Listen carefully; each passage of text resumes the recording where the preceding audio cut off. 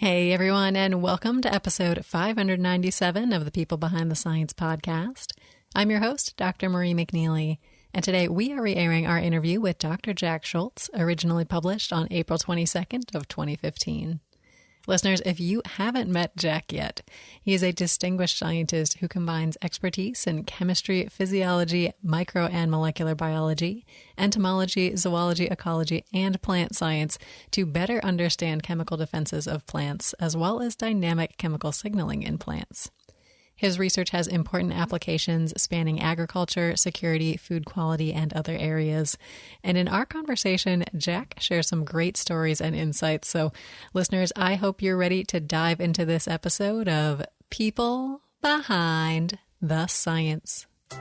Every day, discoveries are made that will change our understanding of the world around us. Dr. Marie McNeely is here to bring you the brilliant minds who are making these discoveries so they can share their incredible stories and take you on an amazing journey. Welcome to People Behind the Science.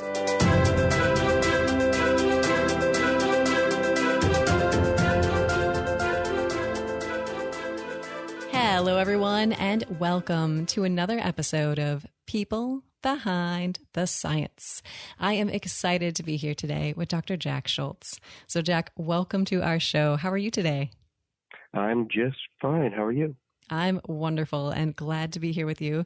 So listeners, just to introduce you a little bit to Jack, he is a professor in plant sciences and director of the Bond Life Sciences Center at the University of Missouri. He received his PhD in zoology from the University of Washington and completed postdoctoral research at Dartmouth College. Jack was then hired at Dartmouth as a research assistant professor, and his next career move brought him to Penn State University, where he remained for 25 years, rising to the rank of Distinguished Professor of Entomology, before joining the faculty at the University of Missouri. Now, Jack's research has been featured by the New York Times, People magazine, and Time magazine, and Jack is here with us today to tell us about his journey through life and science. So, Jack, today we're excited to get to know you, both as a scientist, but also as a person. So can you start off here by telling us a little bit about what you like to do when you're not doing science? Well, I'm sure a lot of scientists answer that question by saying, I'm never not doing science. And that's actually consistent with my attitude about life, which is that I enjoy learning, particularly about life in the natural world, so much that it's very entertaining to me. So given the choice between going to a movie or analyzing data from a recent experiment, I'm likely to choose the data. But I'm not that boring. I've actually... It's exciting data, right? Yeah, right. Well, actually, it's true. But I've been playing guitar for about, I think this is my 60th year, much of that time professionally. In fact, I was performing here in Columbia until just a couple of years ago when arthritis started to catch up with me and practice time got too short. I have significant stage fright, so I really need to be reassured by lots of rehearsal, and I just don't have the time anymore. Gotcha. Other than that, I like to do photography and some landscape gardening. Well, Jack, that sounds phenomenal. Some great other hobbies that you have in your life, something that you can do in addition to the science, which excites you so much. And as I understand it, you've had some great opportunities musically. You've actually sat down and played guitar with Les Paul. Can you tell us a little bit about that? Well, when I was younger, I participated in a lot of national conferences and competitions. And at those, each of the guitar manufacturers would feature a popular guitarist, and they'd be around for the whole convention, and that opened opportunities for little jam sessions with not only Les Paul, but Chet Atkins and a couple of other people.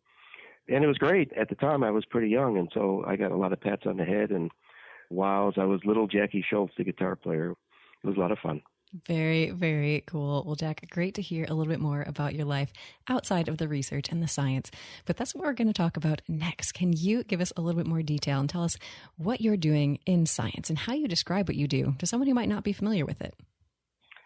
I'm really curious about why the world remains green. And by that, I mean, I don't understand why insects and other animals don't eat all of the plants all of the time. If you think about it for a minute, insects reproduce so fabulously. Individual female insects of many species, including those that eat plants, produce thousands of eggs every year. And for some reason, those thousands of babies, they don't eat all the plants, and the world remains green. There are two main hypotheses to explain this. One is pretty obvious to most of us, and that is that there are plenty of things eating insects, and maybe other animals eat insects faster than insects eat plants. That makes perfect sense. The other possibility is that plants are fighting back, and that's the part that I have focused on for most of my career. The way to think about plants is that they're sort of sitting ducks. They can't run away. They can't get up and move if they're attacked or they don't like the conditions. So they have to be equipped with a variety of defenses and other characteristics that help protect them. And almost all of those characteristics are chemical. I mean, we're all familiar with spines on cacti and so forth, but all plants, not just cacti, have hundreds of thousands of chemicals that we're familiar with because many of them have been turned into medicine. And many of them are toxic to insects, or they taste bad, or have one or another way of protecting the plant. So there's sort of this tension between a top-down view, that is, enemies attacking insects and eating them before they can eat all the plants, and a bottom-up view, which is that the plants are defending themselves. My work has come in at the intersection of those two, and the answer to the question, how does this work, is really both things are true. And the plants are not only defending themselves, but they're helping their friends catch more insects. They do that in a variety of ways. Perhaps one of the most important ones is by emitting signals as odors in the air that direct enemies of insects doing damage to their lunch. If you imagine you're a wasp hunting for a caterpillar in a forest, it's a bewilderingly complex situation. I mean, if you and I go hunting for caterpillars in the forest, we have a long time to look. I mean, it's not that easy. But what plants are doing is they're saying, over here, here's your caterpillar, and they're doing that with odors. We call those volatile organic compounds. Interesting. So it's teamwork, really. Plants are fighting back, they are defending themselves, and they are getting help from predators and parasites, and they are helping the predators and parasites solve the problem. So if you think about that for a minute, we crossed a lot of science territory there. You have to know something about plant biology, ecology, chemistry, insect behavior.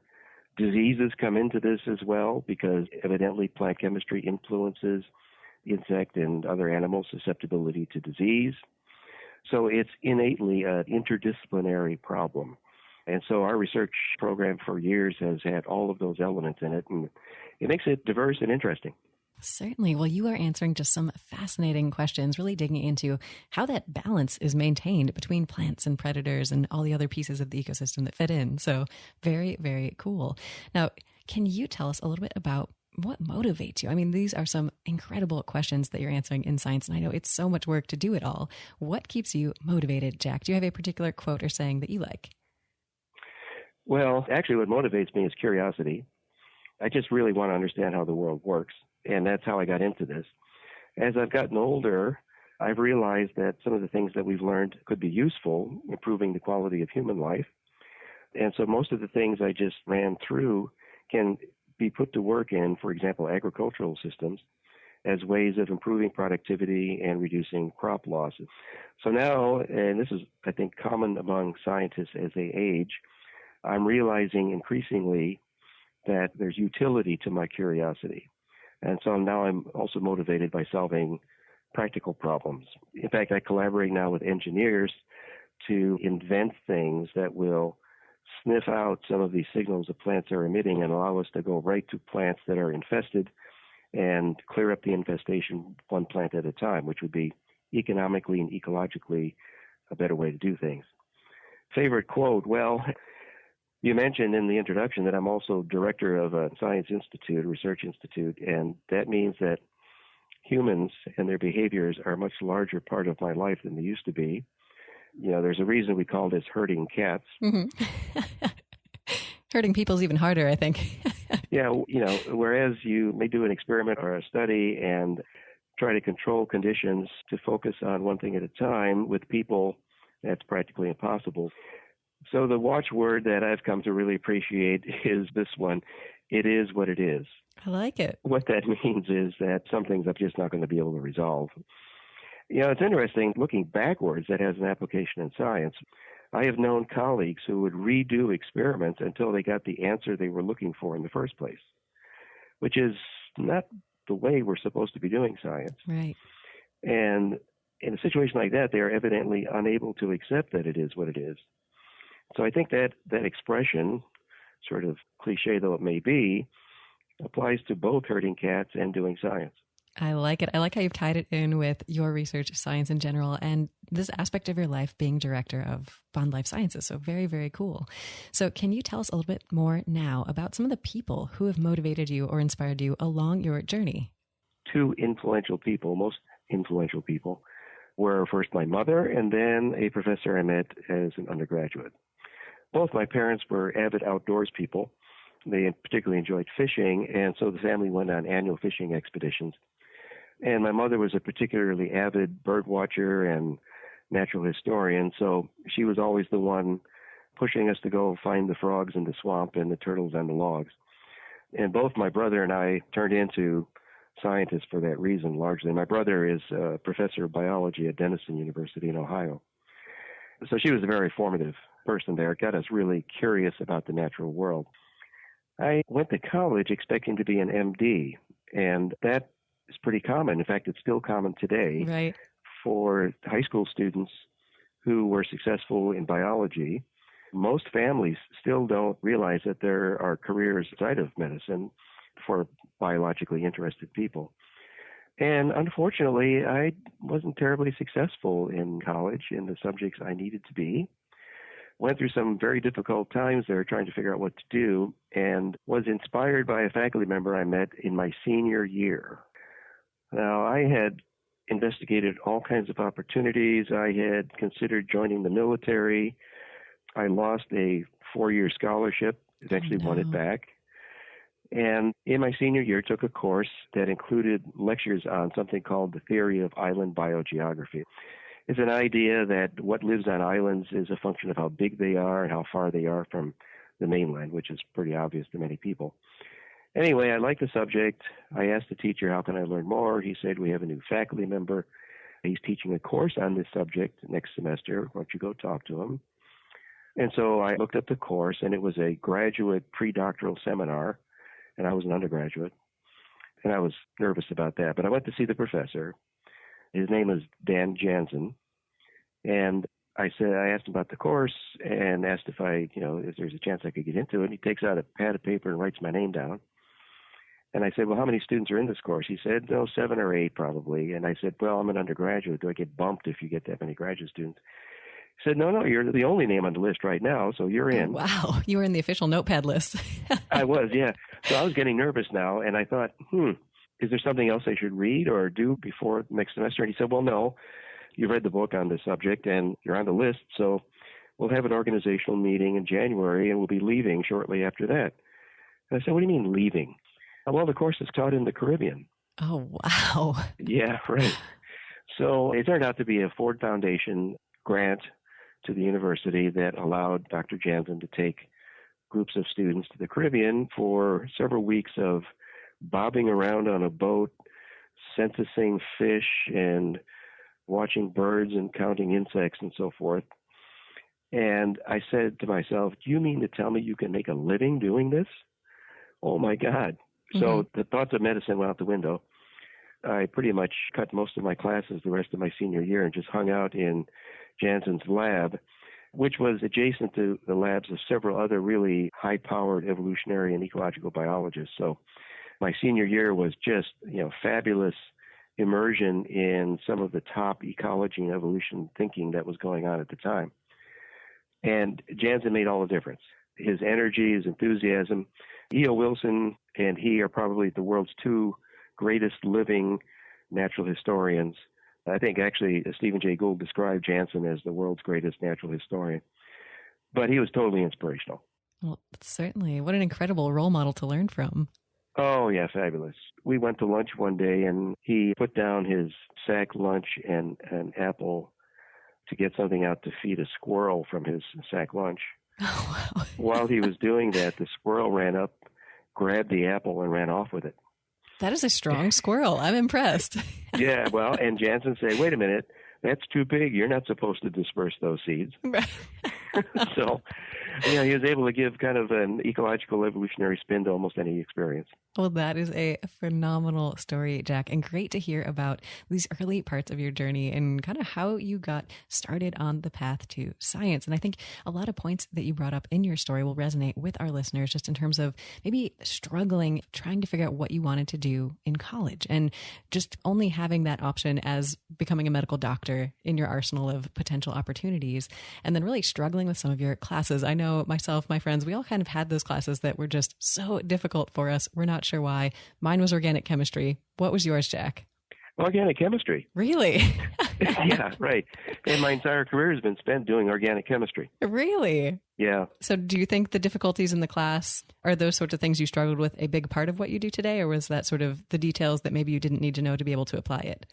Well, I think it's two things. One is I was a significantly anxiety-driven person at the time.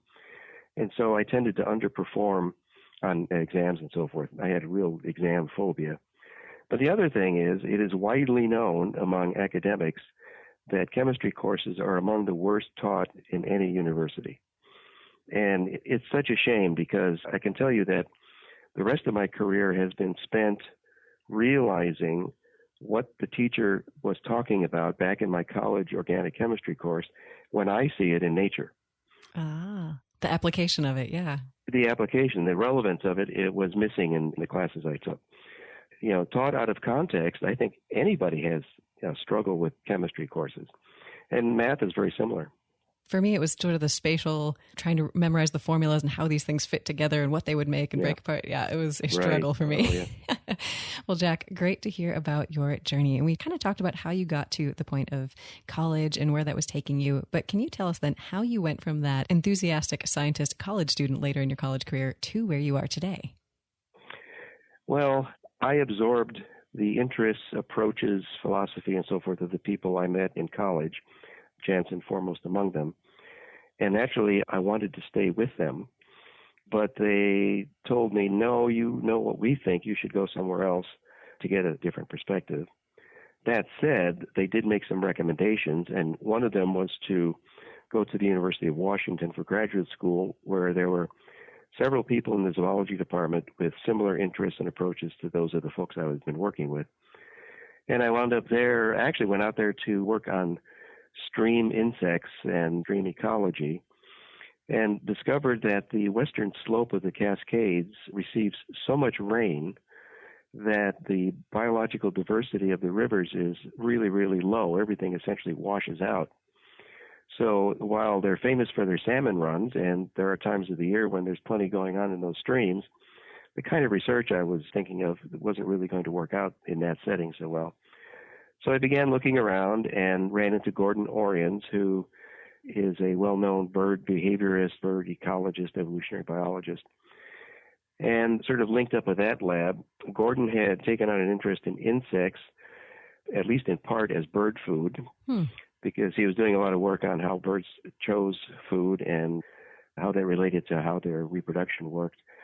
And I guess that actually, gave me the top-down part of the larger subject that we discussed at the beginning of this conversation.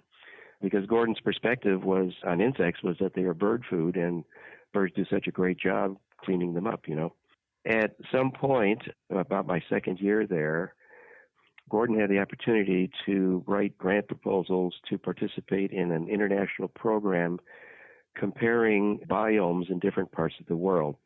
If you think about it for a minute, most of us have visited places that somehow resemble places that we know well. I remember visiting Scotland at one point and noticing how much it resembled parts of Montana. My Scottish friends pointed out to me that the bare hills, rolling hills and so forth in Scotland actually were due to the invasion of the English, not natural history, but... Gotcha. Yeah. But in any case, you've had that experience where you say, this is just like some other place. Well, There's real climatology and biology to that. The climatic conditions that lead to co-occurrence of particular species, the way the landscape and the communities look, reoccur around our globe wherever the right conditions come together. And each one of those sets of conditions can be called a biome. So there's like an Arctic biome, a tropical biome, and so forth. And we had the opportunity to write a proposal and get into a program that compared North and South American biomes. And Gordon, bless his heart, encouraged his graduate students to write their thesis interest into those proposals. So right away, as a young graduate student, I had the experience of contributing to writing grant proposals, wrote my project into the proposal. It was funded, and so I spent the next 3 years an endless summer, spending spring and summer here in Arizona in the Sonoran Desert, and then fall and winter, which was spring and summer in South America, in a desert that looks exactly like the desert in Arizona. Really? That's almost eerie. If I dropped you off there, blindfolded, took the blindfold off, you'd swear you were just outside Tucson, Arizona. Wow.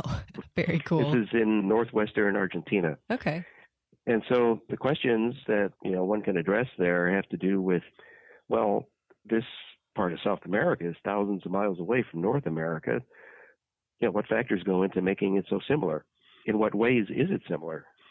Are the species the same? Are they different? How did this come to be? And so that was part of my PhD thesis.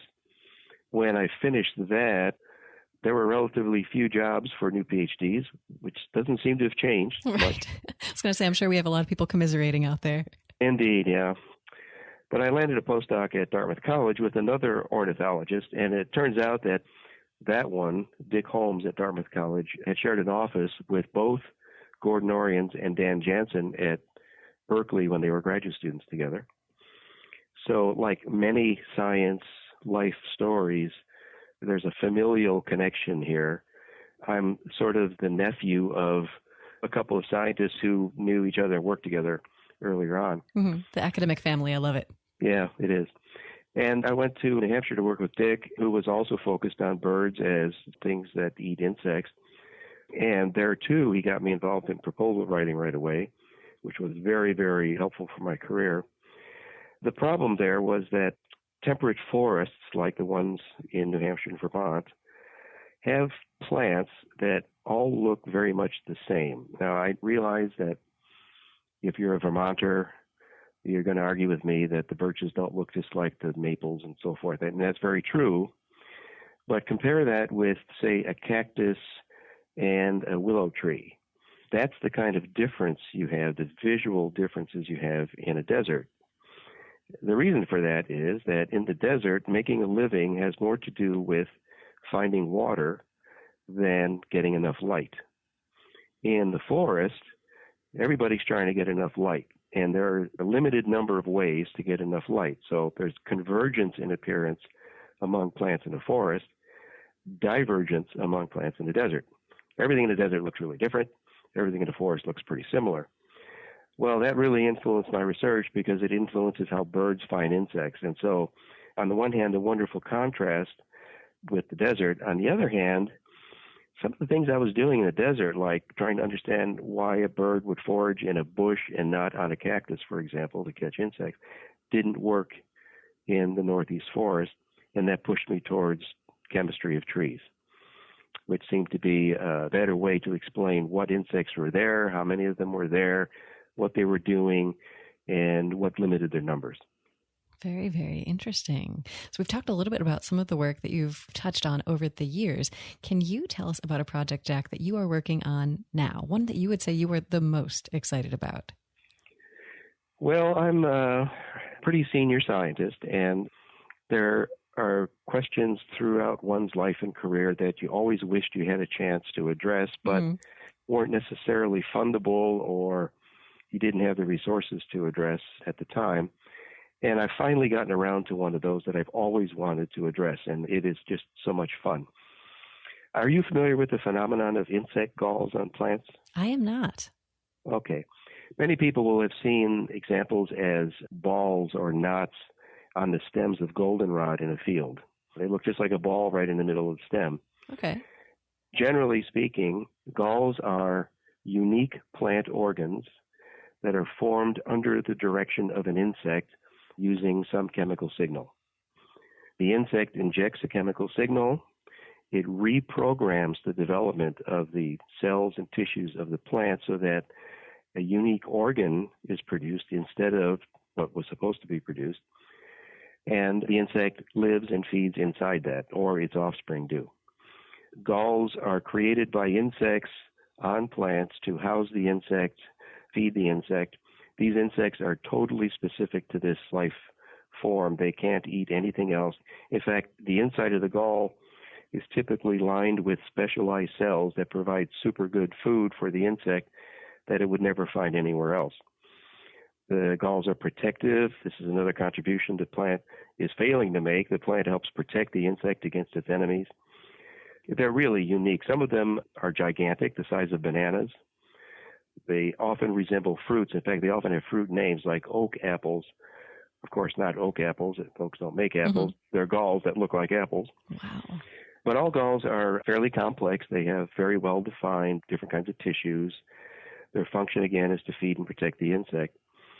We thought we were very clever in noticing that many of them do resemble fruits very closely. In fact, historically, some plants, which were typically classified on the basis of their fruits, were misclassified because what was collected was not a fruit, but it was a gall. People couldn't figure out why they didn't find seeds in these fruits, but there were all these insects inside. But anyway, we thought we were clever noticing that many galls are very fruit-like, but it turns out Darwin said so. Of course. Yeah, he thought of everything. He essentially said at one point, did you ever notice how many insect galls resemble peaches? Huh. And it's very true. There are lots of them that if you cut through them, you would find all the parts of a peach except where the embryo is in the fruit, you would find the insect. So that has led us to hypothesize that what these insects are doing is literally creating fruits, we call this ectopically, in places where they don't belong, and that they're creating a structure that provides for them everything that a fruit provides for the plant embryo under normal circumstances. Now, you have to remember, these are fruit-like, but they're growing on leaves or stems or roots. They're not where you're supposed to find a fruit. So the insect has completely reprogrammed, for example, leaf cells to turn into something completely different that they were never supposed to turn into. It's a remarkable phenomenon, and we now have the tools we need to ask what's going on because of the genomics revolution. You know, I started my career with a butterfly net and a pair of binoculars, and now we do RNA sequencing and PCR, all kinds of fancy molecular things. You've upgraded your tools a little. Yeah. A little bit, yeah. And so the question is, does the expression of genes in a developing gall resemble the expression of genes when the plant develops its normal flowers and fruits? And the answer so far is pretty much yes. Wow. If you classify insect galls on the basis of what genes are turning on or turning off, they are more similar to flowers and fruits than they are to leaves, for example, which is where they are. We're at least partly right with our guess. We have an NSF grant to investigate this. It took a little while to convince everybody that this was a significant and interesting thing to work on, but there are some pretty important pest insects that cause galls. The one we're working with is called phylloxera. It's an important pest of grapevines. And Lord knows we all want to protect grapevines and wine. Of course, of course. Yeah. Well, Jack, this is fascinating. Yeah. When I say I'd rather analyze data than go to a movie, those are the data I was thinking of. Right. It's your dream question. You got to be excited about it. Right. Well, Jack, this is just incredible research and a really interesting question, one that I know myself I didn't know much about. So very cool that you shared it with us today. And I think so far we've talked about a lot of the great things about careers in science and your journey to get here, but we haven't chatted about the struggles, the failures. And I know every scientist goes through tough times as well. So can you take us back to one of your own struggles or failures and tell us what happened and how you got through it to be successful? Well, we already covered our mutual failings in college. Of course. We won't speak of organic chemistry. That was a struggle. I've been pretty fortunate. Our research has been funded pretty continuously for 30-some years, and we haven't really run into huge tragedies with anything, but there are a couple of items that come to mind. One is we were funded for a number of years by the Defense Advanced Research Program Agency, DARPA. And the idea there was that we were going to develop plants as sentries that would report what had happened to them by telling us what their volatiles or their odor spectrum was. Everything that happens to a plant causes a plant to emit an odor spectrum, or a bouquet, if you will. And the idea was that you could learn a lot about what had transpired in a particular place, for example, the deployment of chemical weapons, if you could interrogate plants by measuring their volatile organic compounds. So that was a great idea. The problem is that the Department of Defense's budget is subject to changes in political winds. And we learned that the wind had blown the wrong way for us about 3 weeks before Christmas, and we were going to lose the entire funding. Oh, no. And we had 6 international postdocs on that grant. Wow. So what did you do? We were terrified. Well, it was all a matter of negotiation with the people involved in the Department of Defense, and we applied logic and persuasion to point out that we were a minor part of their budget and convinced them that they were able to meet Congress's demands, which is what had led to this. Congress didn't like other things in the part of the budget that included us. So we were innocent. We were a small part of the budget. And after wrangling back and forth for about a week and a half, they cut the budget but kept the postdocs in, and I didn't have to send anybody back to India. Wow. Which was right. really very fortunate. That's a success right there. Yeah. And one other thing comes to mind, which is it's not a tragedy, but it's kind of a funny failure in a sense. When we first discovered the airborne signaling by plants, which, by the way, was done by an undergraduate in my lab at the time, Ian Baldwin, whom I think you know. Yes, we interviewed him. He was fantastic. Right. And when we made that discovery, it got a lot of attention. That's where all these news reports in the New York Times and things came from. But I was a green postdoc, and when I received a phone call from a reporter saying, I understand you have results that indicate plants can communicate. You want to tell me about that? I, of course, just talked away. Mm-hmm. It was, a nice interview and so forth. I didn't bother to check who the person was or for whom he was writing. And as a consequence, the first public report of that research was in the National Enquirer. Oh, my goodness. Put that on your CV, right? Yeah, exactly. Well, I still use the cartoon, which is pretty good. Uh-huh. But it's not necessarily a disaster, but it did influence what some of my science colleagues thought of us and our work.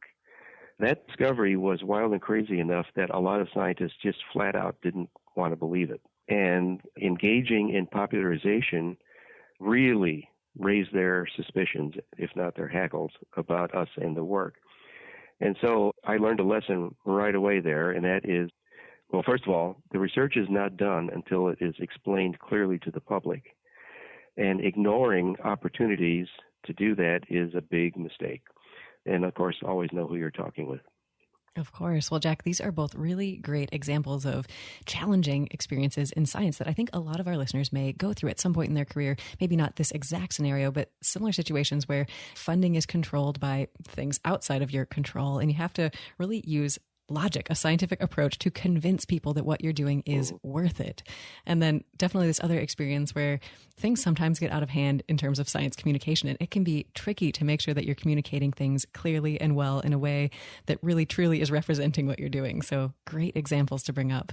But we don't just want to talk about the tough times. Can you tell us next, Jack, about one of your successes? Oh, gee. I guess 2 of them. One we've already mentioned, and that is this discovery of what people call talking plants. Got a huge amount of attention, and it will not die. No matter where I go and what I give talks about, even though they have nothing to do with plant communication, someone in the audience always raises their hand and asks, well, what about the talking plants? You're the talking plants guy. That's okay. Yeah, I'm the talking plants guy, yeah. And now that I'm older, I'm the old guy talking plants guy, the Distinguished. senior talking plants guy. I know the history, that sort of thing. And that was pretty exciting. When People magazine does a story on you, they come to your home, they look under your bed. They were very surprised to find moths in my refrigerator. Wow. Yeah, it was pretty crazy. But one thing that did for me, though, is it really impressed on me the value of broader communication in science. And now I actually teach that here at Missouri and have a grant from the Howard Hughes Medical Institute to prepare scientists, particularly young scientists, for dealing with the press and learning how to spread the word about their science in a way that's constructive and understandable. That was an exciting time and very important learning time for me. Definitely. Well, these sound like exciting successes. And don't worry, I won't ask you what's under your bed or what's in your fridge right now. So you're in the clear here. Yeah. Well, congratulations on those successes. And I think really having research that the public gets excited about and latches onto is such a rewarding experience, because not only are your colleagues and maybe funders interested in what you're doing, but you're really making an impact on the public. I think that's phenomenal.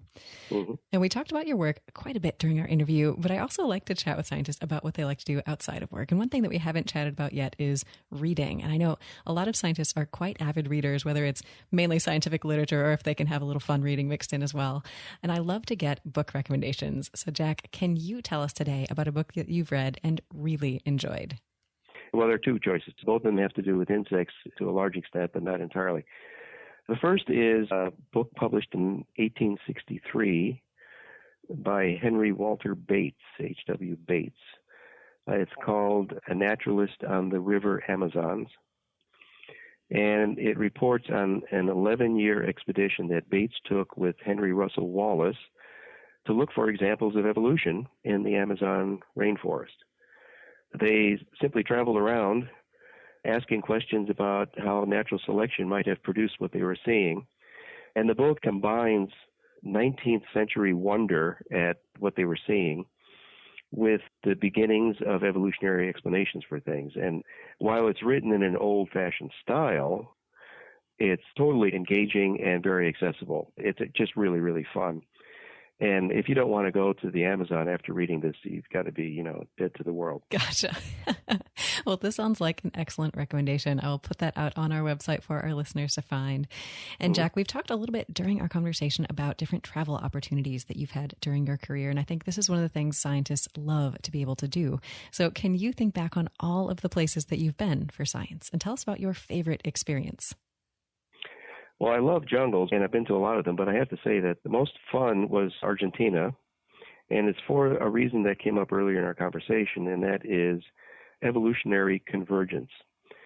When you step off the plane in Buenos Aires and look around, you'll see robins on all the lawns, just as you might where you live now. In fact, the area around Buenos Aires looks just like Illinois. Really? Oh, yeah. I'm going to have to see pictures side-by-side comparison. Oh, yeah, sure. But you'll see these robins, okay, but they're not robins in taxonomic sense. Our robin is in the thrush family, but the robin you see there, which you would be hard-pressed to tell from our robin, is in a completely unrelated family of birds, the Furnariidae or ovenbirds. And you can have that experience over and over and over again in temperate South America. Having grown up in temperate North America, of course, you take your natural history with you, and then you see it repeated. But if you're paying attention, you realize that it's being repeated by players that are not the same players, are unrelated to the players that you know from home. Sometimes things get crossed up a little bit. So, for example, we have a red-winged blackbird, but there they have a yellow-winged blackbird. We have a yellow-headed blackbird, but they have a scarlet-headed blackbird. In each case, the birds are anatomically identical, but the colors have been switched so that the red wing is now a yellow wing in South America, and the scarlet head is a yellow head in North America. That tells you that there's significance to those color patterns, and maybe it doesn't matter if it's yellow or red, I don't know. But over and over again, you see things that are familiar until you realize that they can't be familiar because they're completely unrelated to what you know in North America. It's just one stunning, slap you in the face example of evolution over and over again. I often wish I could take evolution skeptics on trips to these places and, point out these convergences. It's really stunning, stunning. I think you'd make a great tour guide, just walking through sort of an evolutionary tour. Well, I learned that from Dr. Jansen. Wonderful. Well, Jack, this sounds like a fantastic experience, almost a feeling of deja vu when you go to a new place and you see things from a place that you're familiar with. Very cool. Mm-hmm. So we talked about some of the travel you've done. We've talked about your fantastic work. And I think one of the things that scientists struggle with is this communication aspect, this sort of showing the human side of science. So that's something we love to do on our program. And I know scientists are often portrayed as sort of cold, very serious sorts of people in the media, things like that. But we like to show the human side. And I know a lot of scientists work hard, but they like to have fun too. So can you think back on all these different groups that you've worked with and maybe share some of the fun traditions that developed or some of these funny memories that you shared? Yeah, I know people's laboratories develop quirky things that they do. Mine didn't get that quirky, but There was the story for many years that you really had to be an accomplished musician to join the lab. Really? In your lab? Yeah, to join Okay. my lab. Because I was a musician, scientists tended to gravitate towards our lab. So we wound up with some pretty good lab bands from time to time. And there was always music around, but that's about as quirky as we got. It's interesting, as the world around us has become increasingly politically correct, at least that's my perspective on it, quirkiness is harder to do these days. Mm-hmm. There's a fine line. Yeah. Yeah, I could tell you about some great, hot tub parties and so forth we used to have, but no longer, I'm afraid. Gotcha. And it's not just because I'm so old. Well, Jack, it sounds like you have had fun with your labs over the years, and I really like this idea of having lab bands. So what were some of the occasions where you guys would get together and play? Oh, we play at department parties, college parties, occasionally at a science meeting, at a conference.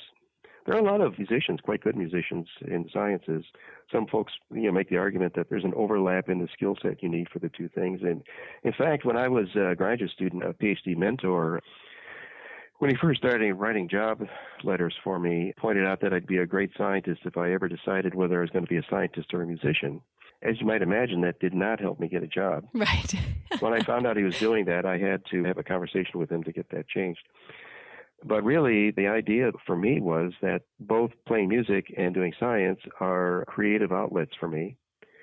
And I had to ask the question, which of these creative outlets, first of all, was sustainable, with an income, job security kind of thing, and music looked very risky to me. And secondly, what would my contributions be in terms of utility and value? And while I really admire the impact that successful musicians have on people's emotional state and so forth, I think making contributions to things like improving the world's food problem was a better choice probably, and still as creative an outlet. Certainly. Well, wonderful to hear about how music has played a really big part in your life. And I think a lot of scientists have this sort of artistic side of them. And I think in science, you can be much more creative than people realize. But then there's also this sort of overflow into people who paint or people who do music or other forms of art, which is, I think, phenomenal. Well, something I'm trying to do now is get more of those art-inclined people interested in helping us understand science. There's really a very productive nexus there, because they see things in a way that's somewhat different from the way a scientist sees what he or she knows best. And if you put the two together, you really get some new and creative perspectives on things that I think do two things: improve the science, and the other is improve the communication of the science outside the sciences. Definitely. Well, we talked about why you chose science in terms of wanting to have an impact on the world, on people. And I think this is a big driving force for why a lot of people pursue science. And I think every scientist does have those big questions that they are dying to answer. And we talked about one of yours earlier about these plant galls. But is there another question that you have in your mind that if things like feasibility and funding and staff and technology were not an issue, you would so much want to answer? Oh, yeah. Well, if we go way back to the beginning of this conversation, I indicated that sort of a fundamental question that leads to all the littler questions that I'd like to address is keeping the world green. How do things balance in such a way that plants are not completely consumed all the time? And another discovery that we made along the way had to do with the impact of plant chemistry on insect susceptibility to diseases. I remain quite convinced that the population dynamics, the ups and downs in insect populations and so forth, are probably influenced by an interaction between plant chemistry, which varies from time to time, and viruses and bacteria that are lethal to the insects.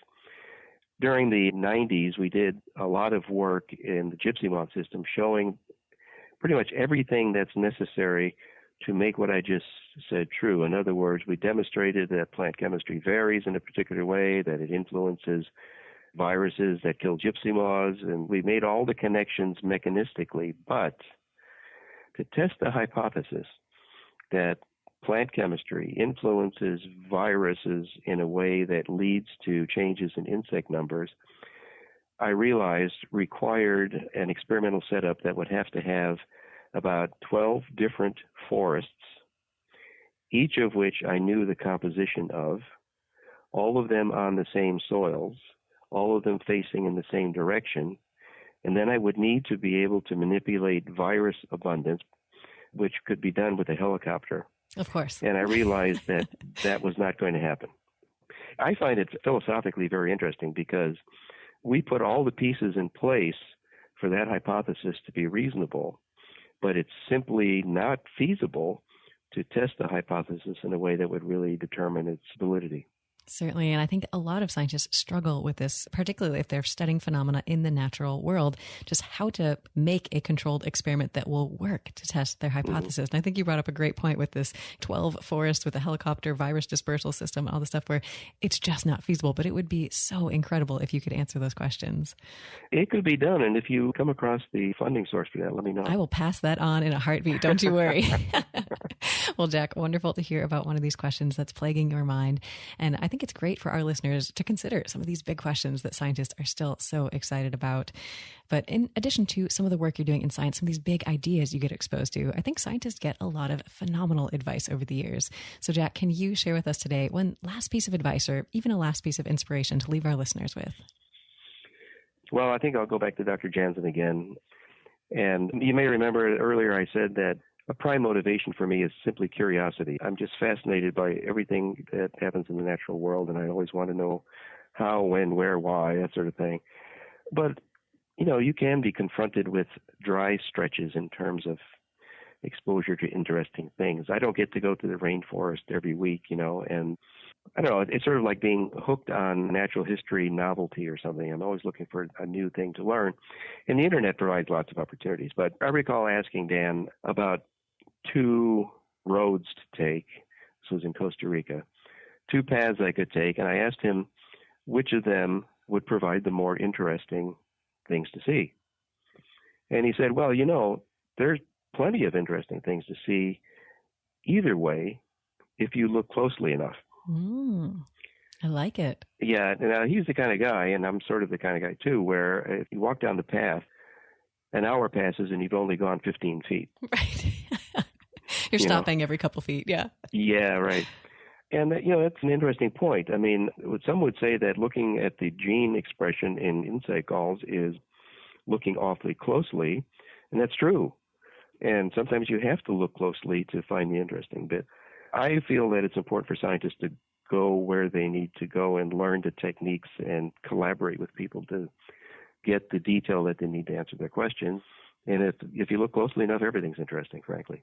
Absolutely. Well, Jack, I think that is a fantastic anecdote from your mentor and wonderful piece of advice for our listeners to maintain that curiosity. And if you're struggling, look closer because there's so many interesting things out there.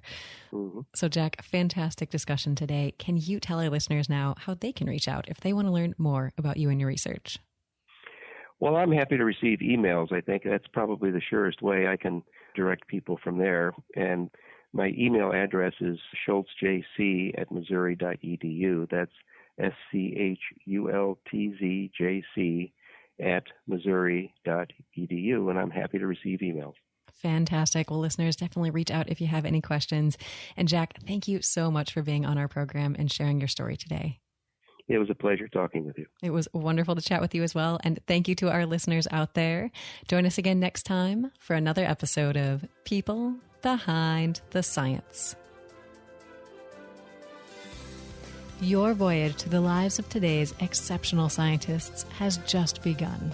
You can find everything we talked about today, including our guests' favorite books, biographies, photos, and more, when you visit us at www.peoplebehindthescience.com. I look forward to seeing you next time on People Behind the Science.